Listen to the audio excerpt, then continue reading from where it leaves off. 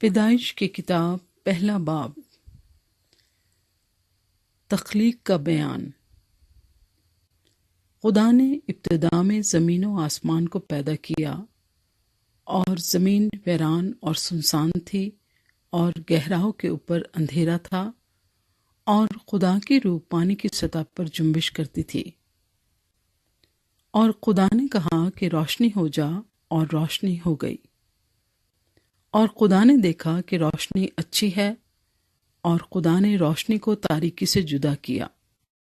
اور خدا نے روشنی کو تو دن کہا، اور تاریکی کو رات۔ اور شام ہوئی اور صبح ہوئی، سو پہلا دن ہوا۔ اور خدا نے کہا کہ پانیوں کے درمیان فضا ہو، تاکہ پانی پانی سے جدا ہو جائے۔ پس خدا نے فضا کو بنایا، اور فضا کے نیچے کے پانی کو فضا کے اوپر کے پانی سے جدا کیا، اور ایسا ہی ہوا۔ اور خدا نے فضا کو آسمان کہا، اور شام ہوئی اور صبح ہوئی، سو دوسرا دن ہوا۔ اور خدا نے کہا کہ آسمان کے نیچے کا پانی ایک جگہ جمع ہو، کہ خشکی نظر آئے، اور ایسا ہی ہوا۔ اور خدا نے خشکی کو زمین کہا، اور جو پانی جمع ہو گیا تھا اس کو سمندر۔ اور خدا نے دیکھا کہ اچھا ہے۔ اور خدا نے کہا کہ زمین گھاس اور بیجدار بوٹیوں کو اور پھلدار درختوں کو جو اپنی اپنی جنس کے موافق پھلیں، اور جو زمین پر اپنے آپ ہی میں بیج رکھیں، اگائے، اور ایسا ہی ہوا۔ تب زمین نے گھاس اور بوٹیوں کو جو اپنی اپنی جنس کے موافق بیج رکھیں، اور پھلدار درختوں کو جن کے بیج ان کی جنس کے موافق ان میں ہیں، اگایا۔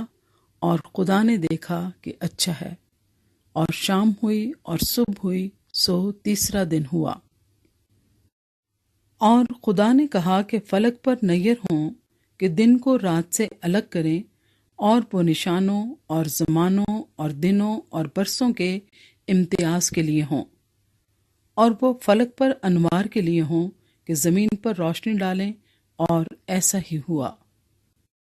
سو خدا نے دو بڑے نیر بنائے، ایک نیر اکبر کہ دن پر حکم کرے، اور ایک نیر اصغر کہ رات پر حکم کرے، اور اس نے ستاروں کو بھی بنایا۔ اور خدا نے ان کو فلک پر رکھا کہ زمین پر روشنی ڈالیں، اور دن پر اور رات پر حکم کریں، اور اجالے کو اندھیرے سے جدا کریں۔ اور خدا نے دیکھا کہ اچھا ہے۔ اور شام ہوئی اور صبح ہوئی، سو چوتھا دن ہوا۔ اور خدا نے کہا کہ پانی جانداروں کو کثرت سے پیدا کرے، اور پرندے زمین کے اوپر فضا میں اڑیں۔ اور خدا نے بڑے بڑے دریائی جانوروں کو اور ہر قسم کے جاندار کو جو پانی سے بکثرت پیدا ہوئے تھے ان کی جنس کے موافق، اور ہر قسم کے پرندوں کو ان کی جنس کے موافق پیدا کیا۔ اور خدا نے دیکھا کہ اچھا ہے۔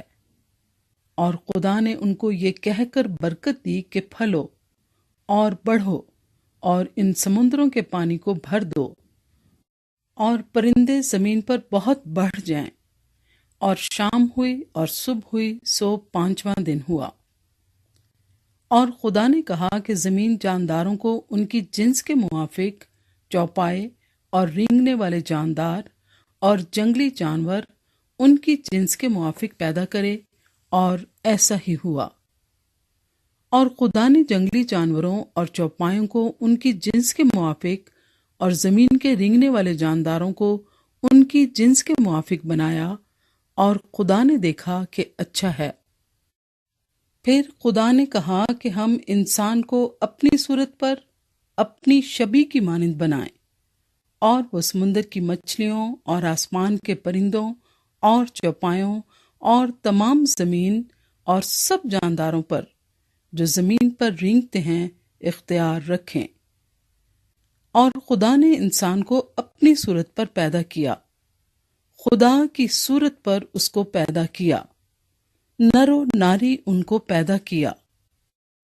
اور خدا نے ان کو برکت دی، اور کہا کہ پھلو اور بڑھو، اور زمین کو معمور و محکوم کرو، اور سمندر کی مچھلیوں اور